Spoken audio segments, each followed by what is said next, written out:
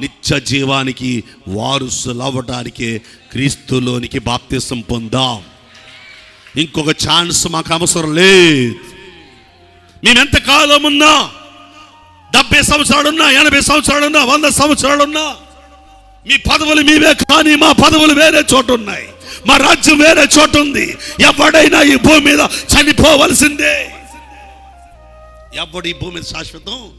నువ్వు ఏతివాదివైనా, క్రైస్తవుడివైనా, నువ్వు అన్యుడివైనా, నువ్వు ఏ మిషన్ అయినా, ఏ వర్గమైనా, ఏ కులమైనా, మీ తాతలు పుట్టారు, చచ్చిపోయారు, నువ్వు పుట్టావు, నేను పుట్టావు, ఏదో చచ్చిపోతాం. కానీ చనిపోయిన తర్వాత ఉన్న రాజ్యం తెలుసుకున్నవాడే క్రైస్తవుడు. పిరుకోడు ఎప్పుడు ప్రతిరోజు చస్తూ బతుకుతాడు. ధైర్యశాలి ఒకరోజే చచ్చిపోతాడు. ధైర్యశాలి ఒకరోజు చచ్చిపోతాడు. ఒకరోజు చచ్చిపోతాడు. ముఖం మీద కొడతావా, గుండెల మీద తంతావా, బుర్ర మీద కొడతావా, చచ్చిపోతాడు ఒకసారి. కానీ నిత్య జీవానికి వెళ్ళిపోతాడు, శాశ్వత. ఎందుకంటే యేసుని వెంబడించుతున్నావు అంటే అర్థం తెలుసా? నిత్య జీవాన్ని వెంబడించటం.